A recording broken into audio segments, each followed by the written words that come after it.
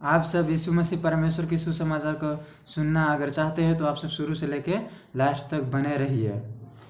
आज आत्मिक विवाह और शारीरिक विवाह के विषय में समझेंगे। पहले शादी परमेश्वर ने अर्थात एक पुरुष और स्त्री का कराया था। पहले जोड़ा को अर्थात आदम और हवा को परमेश्वर ने शादी के मतलब समझाया था।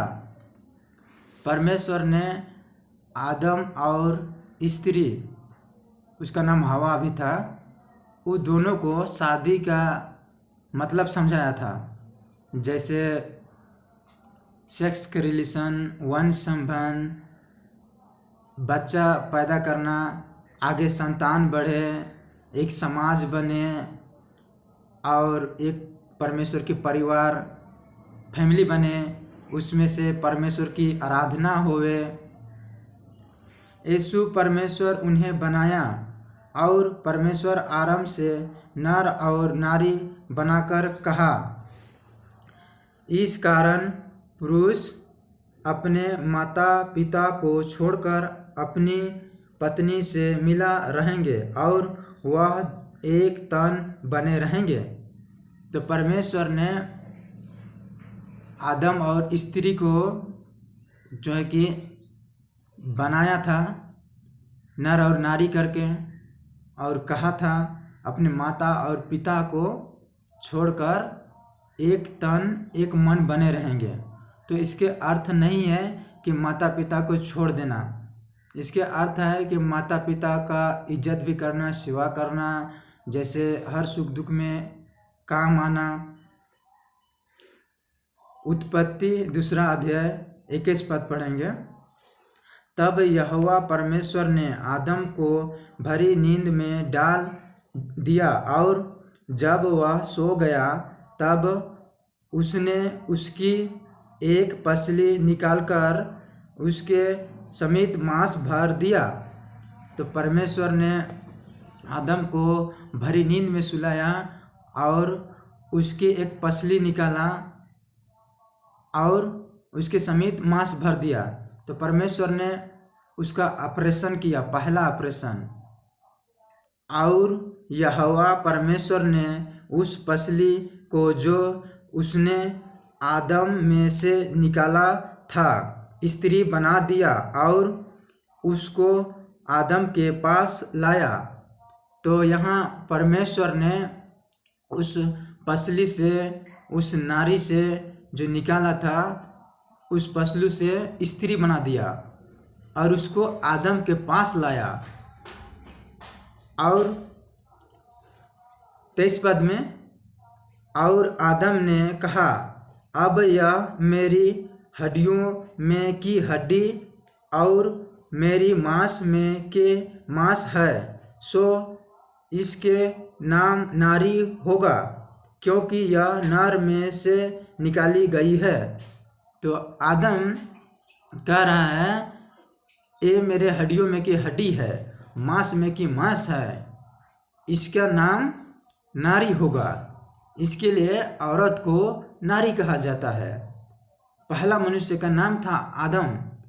इसके लिए हम लोग आदम के संताने हैं। इसके लिए आज हम लोग को आदमीन कहा जाता है। तो परमेश्वर आदम को और स्त्री को जो नर में से बनाया था, उन दोनों को जो है कि सिखाया था कि इस आदम के भट्टिका में रहना और महिमा करना। तो वो दोनों परमेश्वर को देखे थे। अब उस समय में तो 2 ही गो थे इस पृथ्वी पर, आदम और हवा स्त्री। अब उसके शादी में तो कोई आने वाला है नहीं थे, क्योंकि इस पृथ्वी में कोई नहीं थे। तो इसीलिए परमेश्वर उन दोनों को मिलाया था और परमेश्वर उन लोग को शादी कराया था। अब आदम को तो परमेश्वर ने मिट्टी से बनाया था ना, अब स्त्री को तो जो कि उसके नर में से निकाल कर परमेश्वर बनाया था। इसके लिए एक तन एक आत्मा में बने रहो, परमेश्वर की कहना।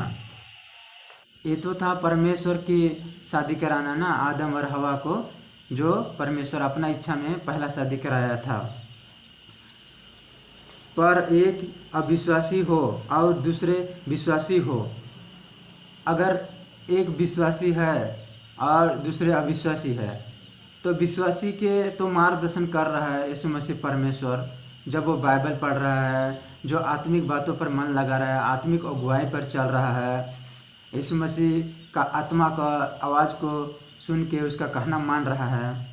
तो कोई कहेगा कि पवित्र आत्मा के कहना को मैं कैसे मानूं, कैसे समझूं कि वो क्या कहना चाह रहे हैं हमसे। तो वो अपने पर डिपेंड होता है भाई कि आपका विश्वास क्या है। मुझे तो एहसास होता है जब मैं प्रार्थना में रहता हूँ, तो जब कोई मेरे पास सामने करीब आने लगता है तो प्रार्थना मेरा उसी समय माने कि पूरा हो जाता है और बंद हो जाता है। तो कौन सिखाता है? पवित्र आत्मा सिखाता है, डर के मारे नहीं। पवित्र आत्मा बता देता है कि तुम अब हो गया प्रार्थना का भी पूरा इच्छा।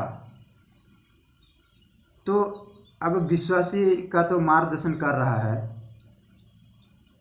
पवित्र आत्मा। जब वो अविश्वासी है, माने उसके अंदर में आदम और हवा स्त्री का जो पाप के स्वभाव जो ज़्यादा है, और यीशु मसीह परमेश्वर की आत्मा का ज्ञान जो है कि बहुत कम है। तो वो आत्मिक विवाह कैसे होगा, आत्मिक शादी वो कैसे होगा, अगर वो दोनों अब परमेश्वर की इच्छा में अगर नहीं चल रहे हैं, जैसे बाइबल नहीं पढ़ रहे हैं, जैसे वचन नहीं सुन रहे हैं, चर्च कलीसिया नहीं जा रहे हैं, जैसे परमेश्वर के कहना नहीं मान रहे हैं, तो पवित्र आत्मा के कहना नहीं मान रहे हैं, तो आत्मिक विवाह कहाँ से होगा? बस शरीर में बस जी रहे हैं, अपने भावनाओं के आधार पर बस चल रहे हैं। हाँ, आज कोई कहे कि मैं शादी कर लेता हूँ ना अविश्वासी से, उसके बाद मैं चर्च लाऊंगा ना, तो सुसमाचार संदेश सुनेगा, उसके बाद में प्रभु उसका जीवन को बदल देगा। कोई कहेगा कि मैं अविश्वासी से शादी करूंगा, उसके बाद में मैं वचन सुनाऊंगा, तो उसे प्रभु बदल देगा, है ना। लेकिन अपने सोच और अपने भावनाओं के आधार पर जब सोच के आप लोग करते हैं, तो परमेश्वर की इच्छा से बाहर होता है। वो तो स्वयं अपने पर निर्भर होगा ना कि वो विश्वास कर रहा है कि नहीं, अपने पापों से क्षमा मांग रहा है कि नहीं परमेश्वर से, और मन फिरा रहा है कि नहीं। विश्वास ऐसा चीज़ है जो सच पर विश्वास करना चाहिए। सत्य को जानोगे, सत्य में आज़ाद करेगा, परमेश्वर के वचन कहता है। आज शैतान भी विश्वास करता है कि यीशु मसीह परम प्रधान परमेश्वर के पुत्र है। तो इसके लिए आज माने कि जब लड़का और लड़की जब बड़े होते हैं 15-16 साल से, तो उसके अंदर में एक इच्छा होता है, एक आनंद होता है, जो इस शरीर का जो कि खूब आनंद ने अपने भावनाओं और अपने बुद्धि के सोच के आधार पर। लेकिन उन लोग नहीं सोचते हैं कि परमेश्वर की इच्छा इसमें है या नहीं, और अनेक पाप करने लगते हैं, जैसे शारीरिक संबंध, वैन संबंध, सेक्स के रिलेशन, और जैसे छोटे ही उम्र में ही गर्लफ्रेंड बॉयफ्रेंड बनाना, जैसे मोबाइल के माध्यम से, इंटरनेट के माध्यम से, फिल्म और व्हाट्सएप के माध्यम से आकर्षित हो जाना, या लड़की खूबसूरत है तो आकर्षित हो जाना। ये तो संसार के रीति और परिभाषा है जो हर जगह पे देखने को मिलता है। तो शादी परमेश्वर का इच्छा में होना चाहिए।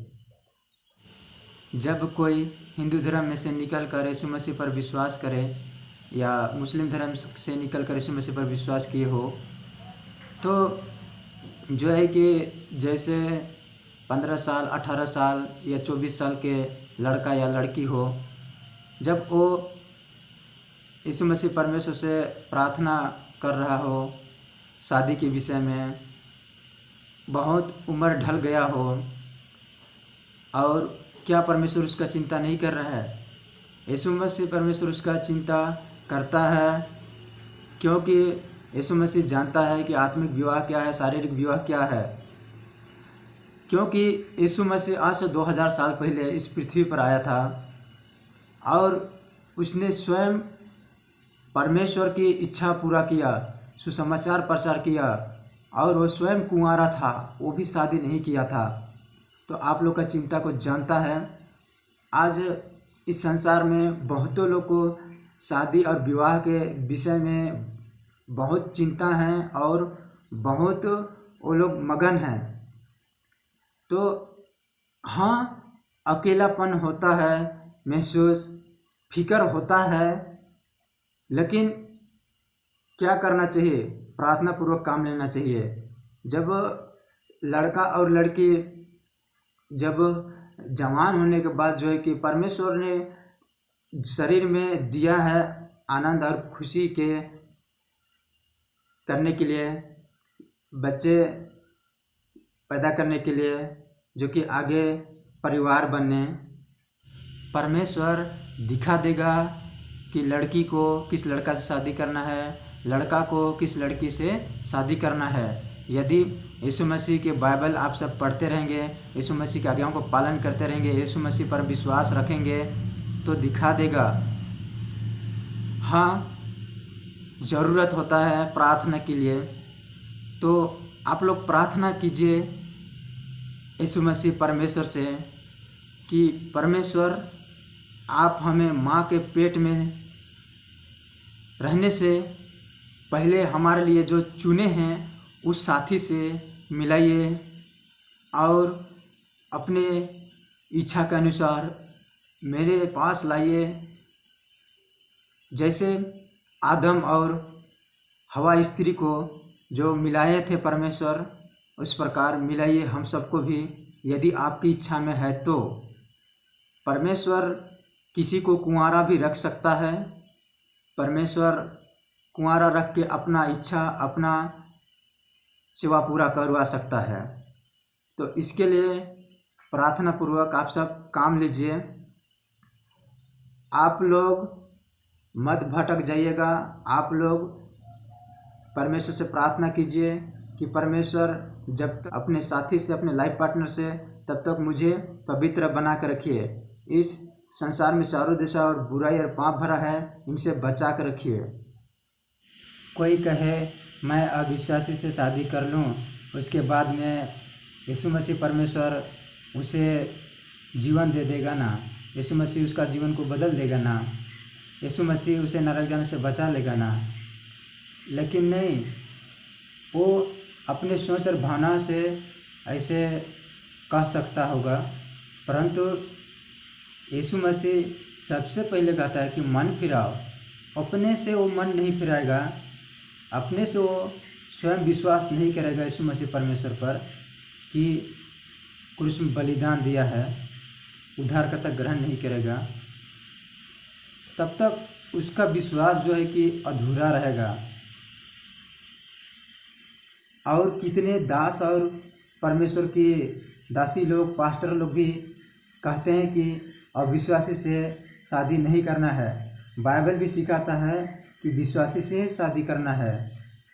अविश्वासियों के साथ असमान जुए में ना जुटो, क्योंकि धार्मिकता और अधर्म के क्या मेल जोल, या ज्योति और अंधकार की क्या संगति। तो यीशु मसीह परमेश्वर की पवित्र जीवित वचन सिखाता है ज्योति और अंधकार का क्या संगति, धार्मिकता अधार्मिकता का क्या संगति है। इसके लिए आप लोग विश्वासी भाई बहनों से शादी करने के लिए आप लोग परमेश्वर से प्रार्थना पूर्वक काम लीजिए। और मूर्तों के साथ परमेश्वर के मंदिर का क्या संबंध, क्योंकि हम तो जीवते परमेश्वर के मंदिर हैं। तो जैसे अगर कोई अनजाति हो, जैसे वो मूर्ति पूजा करता हो, उससे क्या संगति हम सबका, उसका क्या संगति। हम सब तो जीवते परमेश्वर के मंदिर हैं, माने यीशु मसीह परमेश्वर के मंदिर हैं हम सब। वो हम लोग के अंदर में वास करता है। मैं तो अनपढ़ था, मुझे तो कोई ज्ञान नहीं था, परंतु यीशु मसीह परमेश्वर ने वह ज्ञान दिया जो यीशु अपना आत्मा का ज्ञान दिया मुझे। जो संसार का ज्ञान अलग है और यीशु मसीह का ज्ञान अलग है, जो आत्मा का ज्ञान। तो यीशु मसीह परमात्मा है और आत्मा है, जो हम सब उसके मंदिर हैं, वास करता है। जब मैं यीशु मसीह पर विश्वास किया, उद्धारकर्ता ग्रहण किया, एक प्रभु मात्र परमेश्वर उसे स्वीकार किया मैंने, और मैं जान गया कि यीशु मसीह हमारा पापों का दंड वरन सारे मानव जाति का पाप का दंड आज से 2000 साल पहले क्रूस पर भोग दिया है और सारे मानव जाति के लिए क्रूस में बलिदान दिया है। जब मैं विश्वास किया तो संसार में कई जगह पे विरोध और मेरे जितने संग और दोस्ती थे सब लोग छूट गए। आज मेरे पास कोई दोस्ती नहीं है, मेरा एक भी दोस्ती नहीं है बात करने के लिए। लेकिन यीशु मसीह परमेश्वर पर मैं विश्वास रखा हूँ, यीशु के बाइबल को पढ़ता हूँ, यीशु के वचन को पढ़ता हूँ, तो मैं बात करता हूँ। यीशु परमेश्वर सुख दुख में मेरा मार्गदर्शन करता है। तो इसके लिए आप सब प्रार्थना पूर्वक काम लीजिए। परमेश्वर आप लोग को अवश्य विवाह के अर्थ बताएगा, क्योंकि वही पवित्र परमेश्वर है, उसमें कोई पाप नहीं है। आप लोग प्रार्थना पूर्वक काम लीजिए। आज जैसे संसार में शादी के विषय में कहूँ तो जैसे कम उम्र में ही जैसे गर्लफ्रेंड बॉयफ्रेंड बनाना, कोर्ट मैरिज, लव मैरिज, ऐसे शादी, जैसे अश्लील गाना सुनना, कामुकती जैसे वीडियो देखना, जैसे कई प्रकार के व्यभिचार करना, ये परमेश्वर की नज़र में व्यभिचार है, इन सब काम करना।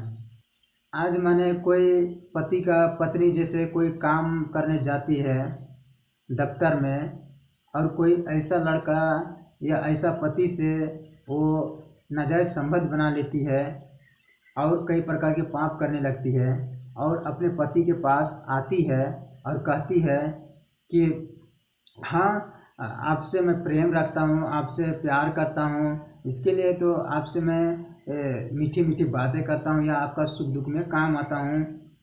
मीठी मीठी बात करने लगेगी, परंतु उसके अंदर में क्या है उसका पति को पता नहीं, परंतु यीशु मसीह परमेश्वर को पता है। या पति भी जैसे कोई भी ऐसे जॉब या नौकरी कर रहा हो, वहाँ पे कोई ऐसे लड़की से वो नाजायज़ संबंध बना लिया है, या कोई भी ऐसे स्त्री से नाजायज़ संबंध बना लिया है, और पत्नी के पास फ़ोन में कहता हो कि मैं एक लड़की से प्यार करता हूँ या स्त्री से प्यार करता हूँ, तो उसका पत्नी जवाब देती है या देगी कि हाँ, कोई दिक्कत नहीं है, मुझे कोई इससे टेंशन नहीं है, मेरे लिए आप तो पवित्र हैं, मेरे लिए आप तो पति के समान हैं। इस प्रकार वो कहेगी या कह सकती है। आज इस संसार में इसी आधार पे मनुष्य चल रहे हैं। ये संसार के आधार पे है, बाइबल के आधार पे नहीं है। आप सबके पास एक पत्नी है ना, काफ़ी है, ढेर सारे 3-4 पत्नी रखने की ज़रूरत नहीं है। आप उसे पोसने नहीं सकेगा, आप जितना बच्चा पैदा होंगे ना उसको आप लोग पालने नहीं सकिएगा, शादी ब्याह करा नहीं सकिएगा, तो ये सब टेंशन आपके ऊपर आ जाएगा। इसके लिए एक ही पत्नी रखिए या एक ही पति कीजिए, परमेश्वर की इच्छा में होगा। आत्मिक विवाह कहूँ तो जैसे यीशु विवाह नहीं किया था, वो जैसे अकेला अपना परमेश्वर की राज्य के सुसमाचार प्रचार किया और दुख उठाया और क्रूस में बलिदान दिया, सारे मानव जाति का पाप का दंड भोग दिया क्रूस पर। तो वो इतना प्रेम किया। क्या आप सब यीशु मसीह के जैसा प्रेम करते हैं अपनी पत्नी से या अपने परिवार से या पड़ोसी से? तो आप सब परमेश्वर की इच्छा पूरा करने के लिए आप सब सुसमाचार प्रचार कीजिए और दुख उठाइए और समय आने पर अपना प्राण और जान भी दे दीजिए यीशु के लिए। यीशु मसीह दोबारा से जान देगा। आप सब बाइबल पढ़ते रहिए, आप सब वचन में बढ़ते रहिए और आप सब सत्य सुसमाचार पर विश्वास कीजिए और आत्मिक बातों पर मन लगाइए, आत्मिक अगुवाई पर चलिए। आप लोग को अनुभव होगा कि आत्मिक रिश्ता, आत्मिक संगति परमेश्वर के साथ हो रहा है कि नहीं। सबसे पहले लड़का और लड़की को आत्मिक विवाह के विषय में सोचना चाहिए जो यीशु मसीह परमेश्वर के साथ होता है। सबसे पहले वचन में बढ़ना चाहिए, उसके बाद परमेश्वर से पूछना चाहिए, पिता परमेश्वर आपका इच्छा है कि नहीं शादी के विषय में मेरे जीवन के लेके। परमेश्वर पर फैसला करना चाहिए, परमेश्वर पर निर्भर होना चाहिए। उसके बाद परमेश्वर अपने समय के अनुसार दिखा देगा और बता देगा। परमेश्वर कहता है अपने समझ के सहारा ना लेना, संपूर्ण मन से यहोवा पर भरोसा रखना। तो विश्वास रखिए यीशु मसीह परमेश्वर पर आप लोग, तब आप लोग के लिए जो है कि फलदायक महसूस होगा। आप लोग फल लाने वाला जैसे बनेंगे। परमेश्वर हर लोग का चिंता करता है कि मेरा बेटा बेटी पाप ना करे, परंतु जब पाप हो जाता है तो थोड़ी देर के लिए आप लोग यीशु मसीह के आत्मा से दूर हो जाते हैं। जैसे शारीरिक संबंध, सेक्स के रिलेशन, वन संबंध, कामुक्ति जैसे वीडियो देखना, कामुक्ति जैसे गाना सुनना और जैसे बेविचार करना, जैसे झूठ बोलना। इस प्रकार से पाप करने के बाद यीशु मसीह परमेश्वर से दूर हो जाते हैं। लेकिन भी यीशु मसीह परमेश्वर फिर से आप लोग से संगति करता है। यीशु मसीह आप लोग का उद्धार को बनाए रखता है, आप लोग का उद्धार नहीं खोता है। छोटी सा मैं गवाही बताने जा रहा हूँ। जैसे मैं यहाँ रांची में था और जैसे मैं वचन में बढ़ने लगा, जैसे परमेश्वर के दास जोजब उसका चैनल के वीडियो को मैं देखने लगा, बहुतों सवाल का जवाब मुझे मिला, उत्तर मिला। उसके बाद मैं सही और गलत को पहचानने लगा। उसके बाद मैं यहाँ से मेरे गांव चला गया, जैसे नेतरहाट, उधर लुरगुमी मेरा गांव है और उस गांव में बहुतों भाई बहनों मूर्ति पूजक करते हैं और मैं भी उन मूर्ति पूजक में से एक था। हिंदू धर्म से निकलकर यीशु मसीह परमेश्वर पर विश्वास किया हूँ मैं। तो वहाँ पे मैं गया। उसके बाद में बहुतों भाई बहनों के पास परमेश्वर अपना इच्छा के अनुसार वचन पहुँचाया, सुसमाचार पहुँचाया। उसके बाद मैं वहाँ पे था करीब 1-1.5 महीना जैसे। उसके बाद में मेरा भाई एक दिन फ़ोन किया तो मैं बोला कि भाई आप जैसे शादी में तो विवाह में तो न्योता बांटना होता है ना, या कार्ड बांटना होता है। तो मैं बोला कि भाई मैं न्योता बांटा हूँ, अबर जब आऊँगा तो मेरा आत्मिक विवाह होगा, आत्मिक शादी होगा। जैसे मेरे मन में सोच आ रहा था, मेरे मन में विचार आ रहा था कि मैं जब यहाँ इन गांव में आऊँगा तो मुझे सताव होगा, मुझे बहुत दुख उठाना पड़ेगा, क्योंकि जिस लोग यीशु मसीह परमेश्वर पर विश्वास करते हैं, जो लोग यीशु मसीह पर विश्वास करते हैं, जो लोग यीशु मसीह का गवाह बनते हैं, जो लोग यीशु मसीह के लिए खड़ा होते सुसमाचार प्रचार करते हैं, उन लोगों को सताया जाएगा, मसीही को सताया जाएगा। परमेश्वर ही कहता है। तो इसके लिए जो है कि क्योंकि मैं उन गाँव में भी जैसे उन लोग का क्या बोलेंगे देवी और देवता होता है, उसको मैं जलाया था। इसके लिए विरोध वहाँ पे बढ़ गया है। और आज भी बजरंग दल वाले लोग मुझे ढूंढ रहे थे कि वो कहाँ है। किसी ने कह रहा था कि तुम्हें केस किया गया है, परंतु यीशु मसीह परमेश्वर मेरे संग और साथ है तो कौन मेरा विरोधी है। तो इन छोटी सी गवाही से परमेश्वर आप लोग को आशीष दे। कभी कभी दो अविश्वासी होते हैं, लेकिन पर भी उनके विवाह आत्मिक नहीं होती है, क्योंकि उनके विवाह परमेश्वर की इच्छा में नहीं होती। तो यहाँ पे विश्वासी भाई बहनों हर चर्च से, हर कलीसिया से देखने को मिल जाएंगे, परंतु आत्मिक विवाह जो है कि नहीं हुआ रहता है। बहुतों मसीह लोग का, बहुतों विश्वासी भाई बहनों का आत्मिक विवाह भी हो गया है, जो आत्मिक अगुवाई पर चलते हैं, आत्मिक बातों पर वो लोग मन लगाते हैं, बाइबल पढ़ते हैं, परमेश्वर की आज्ञाओं को पालन करते हैं, और बहुतों लोग का उद्धार भी हो गया होगा। परंतु बहुतों लोग ऐसे चर्च जा रहे हैं, अरे दान दशवां दे रहे हैं, वो महिमा गाना गा रहे हैं, वचन सुन रहे हैं, है ना। अगर वो वचन में नहीं पढ़ा है, अगर वो एक दिन बाइबल खोल के पढ़ ही नहीं रहा है, और कोई कहे कि ये आत्मिक मनुष्य है, इसका आत्मिक विवाह हो गया है, तो बिल्कुल नहीं। हाँ, आज परमेश्वर कई अपने दास और दासियों को दिया है ब्याह कराने के लिए, तो उन लोग क्या करते हैं, लड़की से पूछेंगे क्या तुम अपनी इच्छा से शादी करना चाहती है इस लड़का से।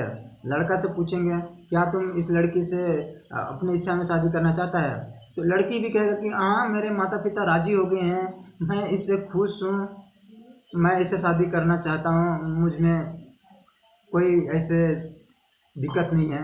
ये लड़का को भी पूछेंगे तो हाँ मेरा माता पिता ने लड़की को भी पसंद कर लिया है और जो है कि राजी हो गए हैं हमारे परिवार फैमिली, तो हम लोग शादी कर लेंगे। तो आप पास्टर जी हम लोग का शादी का कुछ संदेश सुनाइए। तो थोड़ा बहुत पास्टर सुना देगा, उसके बाद में झट मारी शादी करा देगा। माने तुरंत निर्णय नहीं लेना है, तुरंत शादी नहीं कराना है, शादी को मजाक नहीं बनाना है, शादी को खिलवाड़ नहीं समझना है। जैसे उन लोगों को परमेश्वर ने उन लोग का मन को तैयार करेगा, लड़की का और लड़का का, पति और पत्नी का एक मन बनाएगा, और वो लोग का स्वभाव को बदलेगा, वो लोग को नेचर को बदलेगा, वो लोग का चरित्र को बदलेगा यीशु मसीह परमेश्वर। और जब वो लोग बाइबल पढ़ेंगे, जब लोग प्रार्थना करने लगेंगे, उसके बाद में परमेश्वर उसे बताएगा, सिखाएगा। जैसे आत्मिक फल सिखाएगा, धीरज, प्रेम, विश्वास, कृपा, भलाई, ये सब जब वो लोग के अंदर में आएगा ना, जब वो लोग का बदलाव अलग होगा और वो लोग आत्मिक दिशा की ओर बढ़ने लगेंगे। हाँ, आप लोग को परमेश्वर ने दिया है कि कार्य करने के लिए, सेवा करने के लिए, तो आप लोग अच्छा से निभाइए। और जिस लड़का लड़की का विवाह होने वाला है वो लोग को आप लोग घर में बैठाइए और अच्छा से लोग को बाइबल के अर्थ दर अर्थ समझाइए और लोग को शादी ब्याह के मतलब समझाइए। उसके बाद में आप लोग परमेश्वर पर छोड़ दीजिए, परमेश्वर पवित्र आत्मा की अगुवाई में आप लोग विवाह कीजिए। परमेश्वर स्वयं शादी कराता है ना, तो परमेश्वर की इच्छा में होता है। जैसे स्त्री को आदम के पास लाके शादी कराया था, तो उस प्रकार से आज परमेश्वर शादी कराता है अपने योजना में। और जैसे स्त्री के पति विश्वास ना रखता हो और उसके साथ रहने से पसंद हो, वह पति को ना छोड़े।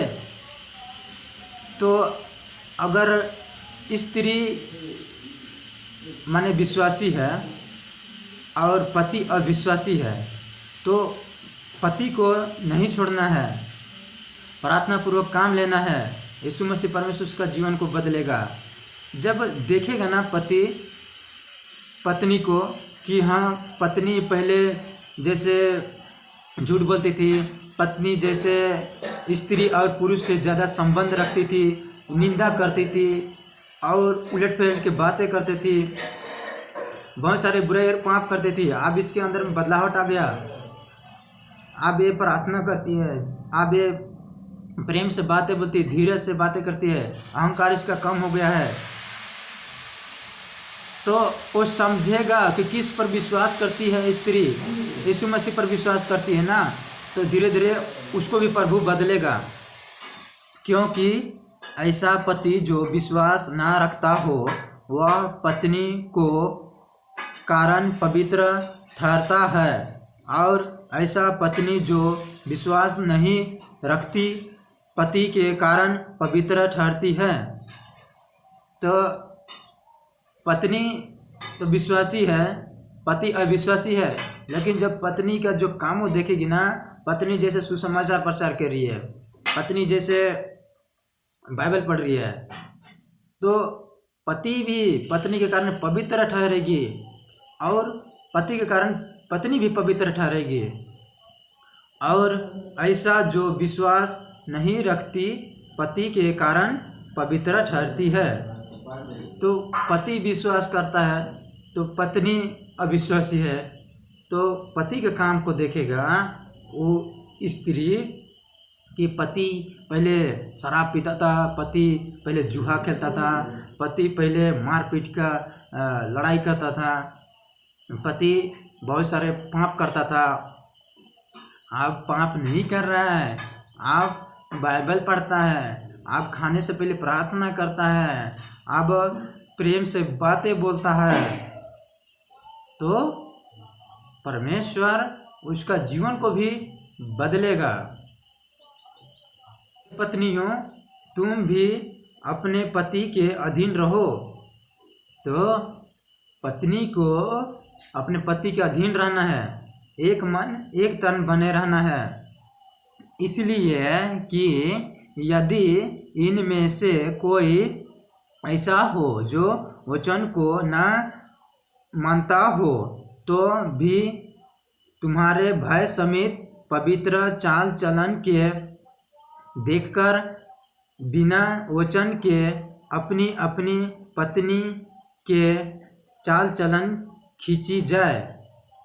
तो देखेगा ना पति कि पत्नी यीशु मसीह परमेश्वर पर विश्वास किया है, आप जो है कि गिरजा जा रहा है, चर्च कलीसिया में जा रहा है हर संडे, और उसके जीवन में बहुत सारे जो आदम और हवा के जो स्वभाव था, जो पाप था, वो जो है कि धीरे धीरे ख़त्म हो रहा है। जब देखेगा कि पवित्रता में उसका पत्नी या पति बढ़ रहा है, तो अविश्वासी को खींचेगा यीशु मसीह वचन के अनुसार और उसका जीवन को बदलेगा। पत्नियों, अपनी अपनी पति के ऐसा अधीन रहो जैसे प्रभु के। तो यहाँ अधीन के बातें सिखाता है परमेश्वर की वचन। हे पत्नियों, पति के अधीन रहो कहता है। तो एक मन एक तन होके अधीन रहना है, और पति और पत्नी को यीशु मसीह परमेश्वर पर भी अधीन रहना है। जैसे बाइबल पढ़ना, प्रार्थना करना, यीशु से दूर नहीं होना है, नहीं तो आप लोग गिर सकते हैं पाप में। क्योंकि पति पत्नी का सिर है, जैसे कि मसीह कलीसिया का सिर है, और आप ही देह का उद्धार करता है।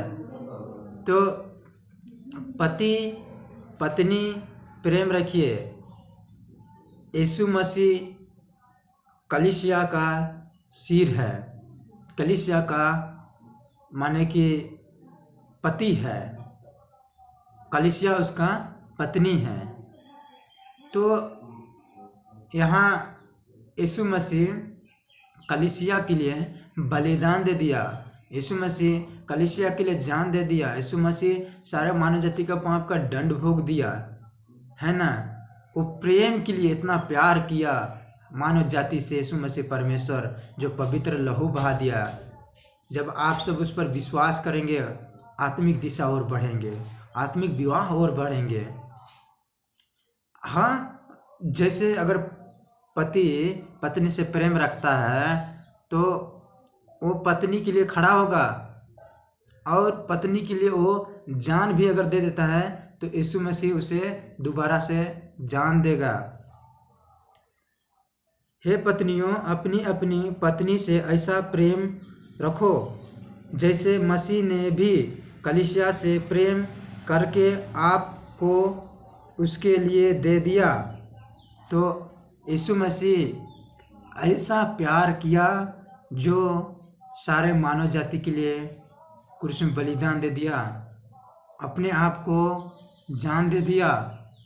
तो इसको कहा जाता है प्यार। तो उसी प्रकार से आप लोग भी अपने पति और अपने पत्नी से गहरा प्रेम कीजिए। आप लोग सहिए हर दुख और तकलीफ को। हे पत्नियों, जैसे प्रभु में उचित है वैसे ही अपने अपने पति के अधीन रहो।